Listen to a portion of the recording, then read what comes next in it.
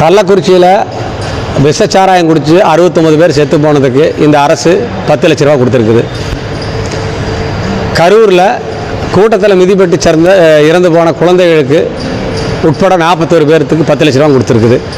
3 வாரத்துக்கு முன்னாடி அனல் மின் நிலையத்தில் எண்ணூர் அனல் மின் நிலையத்தில் அசாம் சேர்ந்த 9 தொழிலாளர்கள் இறந்து போனதுக்கு 10 லட்ச ரூபா கொடுத்துருக்குது.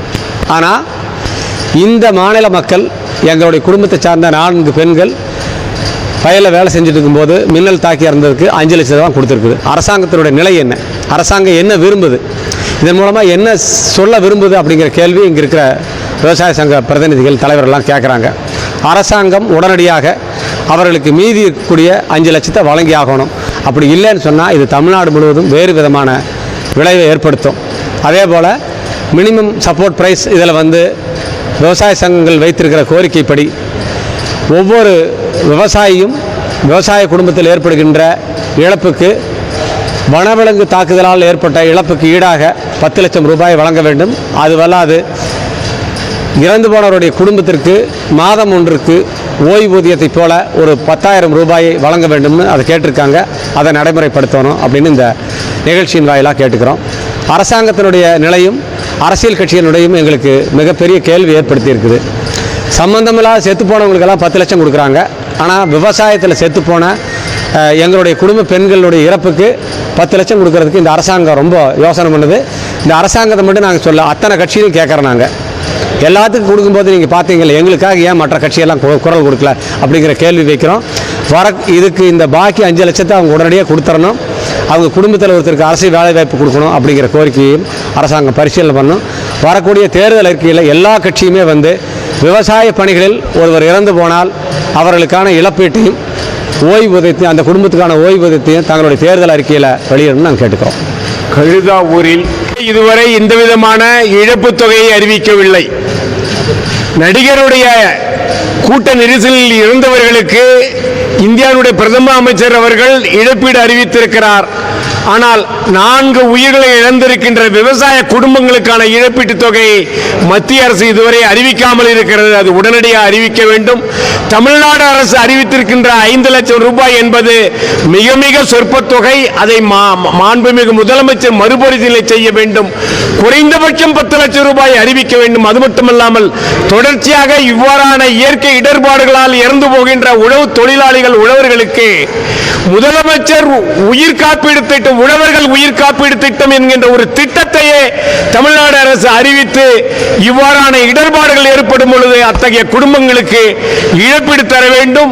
உயிரிழக்கிற குடும்பங்களுக்கு அரசு பணிகள் அவர்களுடைய கல்வி தகுதி அடிப்படையில் அவர்களுக்கு பணி அமர்த்தப்பட வேண்டும்.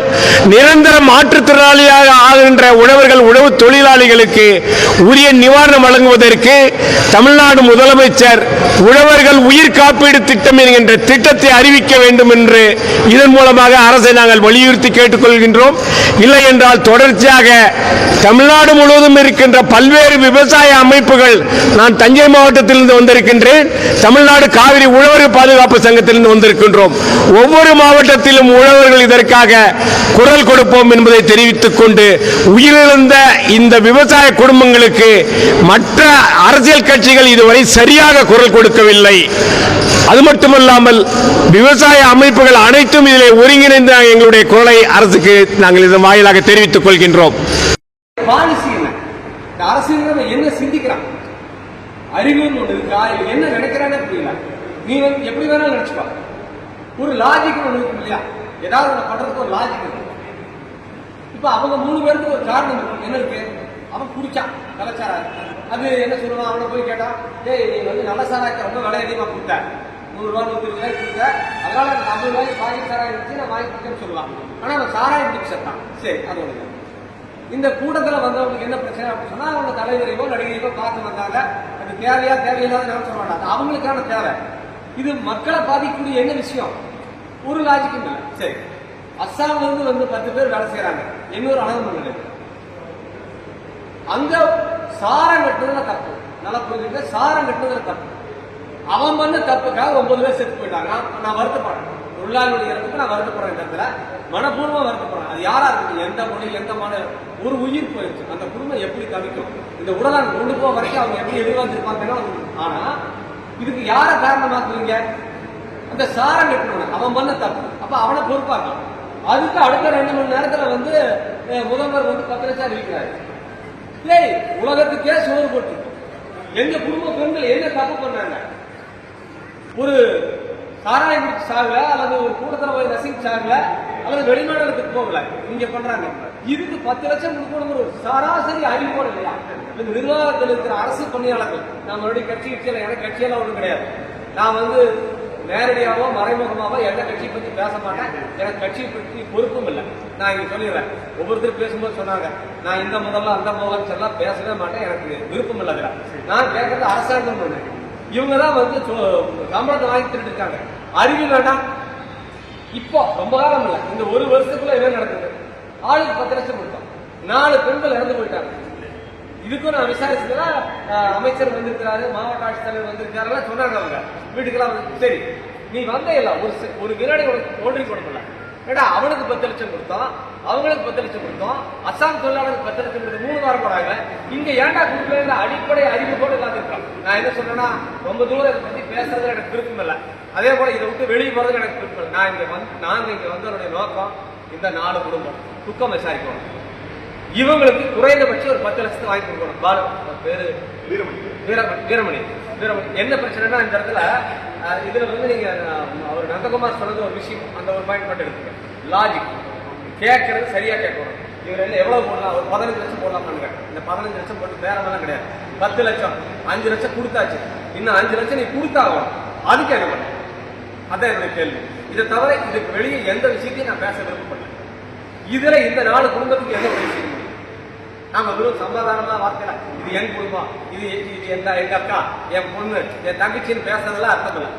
ஒரு விவசாய குடும்பத்துக்கு பாதிக்கப்பட்டாங்க. என்ன தப்பு பண்ணாங்க? விவசாய வேலைக்கு போனது தப்பா? இந்த காசு எங்கிருந்து கொடுத்தாங்க? இந்த காசு கொடுக்குறவங்க இந்த அரசு அதிகாரி அல்லது அறிவிக்கிற முதலமைச்சர் அல்லது அமைச்சர் 4,000 கோடி ரூபாய் பட்ஜெட் போட்டு எதற்கோ செலவழிக்கிறார். ஒரு வேலை நடக்கிறது, சட்டமும் தெரியாது, வேலையும் தெரியாது. இந்த ஏதோ ஒரு படத்துல வடிவேல் வசனம் பேசுவார், அரசு பணி என்று ஒரு பெயர், ஒரு நாற்காலியை தேர்த்திட்டு சம்பளத்தை வாங்கி தின்று கொண்டு. அதே நான் என்ன சொல்றேன், இதுல இந்த விஷயத்துல நான் அவங்ககிட்ட அவங்க வீட்டுல சொன்னதுதான், ஏதாவது ஒரு பண்ணணும். என்ன பண்ணலாம்? ஏதாவது ஒரு பண்ணணும். மறுபடியும் சொல்றேன், நாம இங்க யார் அறிவாளியும் காட்டிக்கிறதெல்லாம் தேவையில்லாத வேலை. எல்லாத்துக்கும் எல்லாம் தெரியும் இல்லையா? பாலு இப்ப என்ன பிரச்சனைனா, பாலுக்கு பதில் சொல்றதுக்கு ஒரு சின்ன விஷயம் பண்ணி சொல்றேன். அரசியல் வேணா பாலு இல்ல, ஒரு நிமிஷம் உங்களுக்கான விளக்கம் சொல்றேன். நாம பண்ணோம் 72ல 1972ல இந்தியாவிலேயே முதல் முறையாக தமிழ்நாட்டில் அவனாசி சட்டமன்ற தொகுதியில் தமிழக விவசாயிகள் சங்கத்தின் சார்பில் தொட்டிவாளையம் பெரியசாமி ஒரு மகராசனை தேர்ந்தெடுத்து அனுப்பினாங்க. புரியுதா? எடுத்த 2 வருஷத்துல 74 என்ன ஆச்சு தெரியுமா? அவர் ஒரு கட்சி சாப்பிட்டுச்சு. ஏப்பம் கட்சி. சொல்லுங்க. நான் ஒரு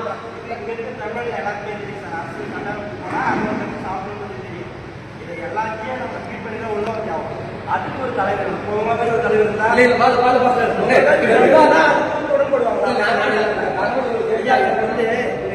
எனக்கு இந்த வயசு சின்ன வயசு, நான் இன்ஜினியரிங் முடிச்சிருக்கேன், வேலை எல்லாமே இருக்கு, எனக்கு பிசினஸ் எல்லாமே இருக்கு. நான் அதெல்லாம் விட்டுட்டா இருக்கா நான் எந்த விஷயம் சொல்றேன், எனக்கு எல்லாமே இருக்கு. நான் ஏன் விவசாய சங்கத்துல விவசாயிகள் தப்பு செய்யணும்னா, விவசாயிகள் நல்லா இருக்கணும் நம்ம மனசாயிடுச்சு. இப்போ விவசாயம் நல்லா இருக்கணும், நம்ம கோரிக்கை எங்க போய் சென்றடையணும், நம்ம வலியுறுத்துற ஆளா இருக்கணும். நம்ம போய் நடக்கவே நடக்காது. சின்ன வயசு அப்படிங்கிறதால சொன்னா 72ல என்ன நடந்ததுன்னு தெரியாது. அப்ப எனக்கு 10 வயசு, 1972 எனக்கு 10 வயசு. அப்போ தொட்டிவாளையம் பெரியசாமிங்கிற மகராஜ் வந்து எனக்கு சொந்தக்காரர், தூரத்தோட அவர் தேர்ந்தெடுத்தாங்க. இந்தியாவிலேயே முதல் முறையாக விவசாய சங்கத்தின் சார்பில் ஒரு சட்டமன்றம் தமிழகத்தில் இந்தியாவில் அது 72 தேர்தல் அரசியல் எல்லாம் தெரியும். திமுக மிருக மெஜாரிட்டியில் இருந்தது. எம்ஜிஆர் கருணாநிதி 1வது தேர்தல், இந்திரா காந்தியும் ஆதரவு தேர்தல். அந்த தேர்தலில் அவங்களை தோற்கடிச்சு தொட்டிப்பாளையம் பெரியசாமி ஜெயிச்சாங்க. அது உள்ள போக வேண்டாம். நான் இன்னொன்னு சொல்றேன், இது விளக்கத்துக்காக சொல்றேன். இதுல வந்து வீரமணி சொன்னதை எடுத்துக்கணும். இதுல நான் என்ன சொல்றேன்னா, இந்த மாதிரி அனுபவம் பல முறை எங்களுக்கு ஏற்படும். நீங்க சொல்லும் போது என்னடா அது மூஞ்சில் எடுத்த மாதிரி சொல்றாரு. அப்படித்தான் நடக்கும். அவங்க அப்படித்தான் இருப்பாங்க, அவங்க அப்படித்தான் டியூன் பண்ணி வச்சிருப்பாங்க. நான் உங்களுக்கு சொல்றேன்னா அதை பத்தி நம்ம பேசவே வேண்டாம்.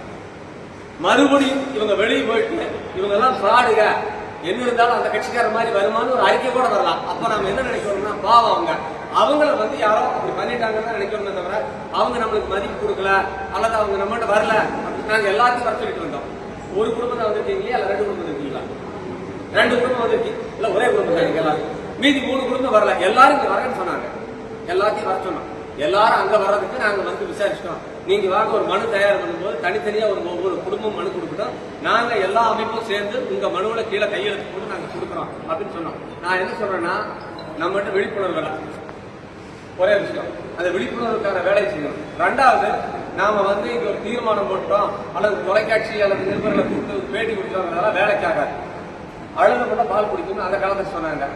எதை பண்ணாலும் நம்மளுடைய வலுவதான் தீர்மானிக்கும். ஒரு பேச்சுக்கு சொல்றேன், இந்த மண்டபம் கொள்ளாதவருக்கு ஒரு 5000 பேர் இங்க கூடியிருந்தாங்க அப்படின்னு சொன்னா, கூடியிருந்தால் மீதி 5 லட்சத்தை என்னால 2 மணி நேரத்தில் வாங்கி